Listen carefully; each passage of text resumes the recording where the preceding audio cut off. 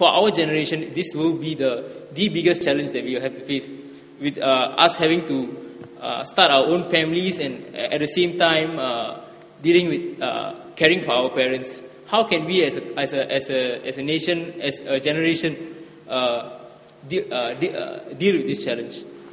Well, I think first let's encourage the older citizens, residents to come forward and also enjoy life.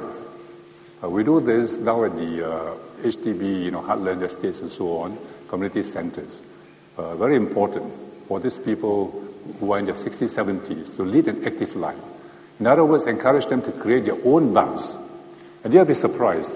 If you are active, you go to the community centers, you'll notice that many of the older people are enjoying themselves. You'll be surprised that 60-year-old, 70-year-old women, they do belly dancing in front of VIPs like me. You see? Not at all embarrassed about the activities, which I think is a good thing, because don't feel that you're over 60, you are old, and therefore you should not be taking part in such activities. So first thing to do will be for children to encourage their parents to go out and create their own buzz amongst themselves and also with younger Singaporeans. But the other question, of course, is the other aspect, of course, is much more troublesome in terms of supporting them. They are older, they are not productive so much, and they are retired. You need to have younger population, first to look after them when they grow much older, when they are not so active, when they become disabled, and next to support them financially. With the aging population, we're going to have an aging workforce. So in your opinion, do you think more should be done to engage employers in terms of encouraging employers to employ older workers? First, we are working on raising the retirement age of older workers, say from 62 eventually to 67. Now it's 62, I think we hope to raise it to 67. Because if we do not raise the retirement age, then it's difficult for us to insist that employers will employ the older workers. But it's not as easy as it seems. In order for older workers to be employed, you've got to recognize that the productivity of the older workers is not the same as for a younger person. And therefore, you've got to find a way where older workers are compensated, but not too costly for the employers. Because if they are too costly, then employers will resist. There's no way employers can find it profitable to employ the older workers.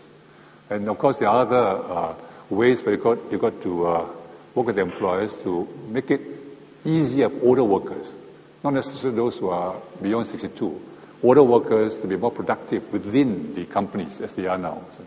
So all these measures are being looked into by the committee, employers, government. I was just thinking, would the major stumbling block to hiring older workers be more of the perception that older workers are not as productive? Yeah. I think generally one should say older workers are not as productive as the younger ones. I think you can prove that it's not that is so. If you just take the case of IT, for example, you can train older workers to be familiar with the use of computers, but there's no way an older worker can be as productive as a younger one.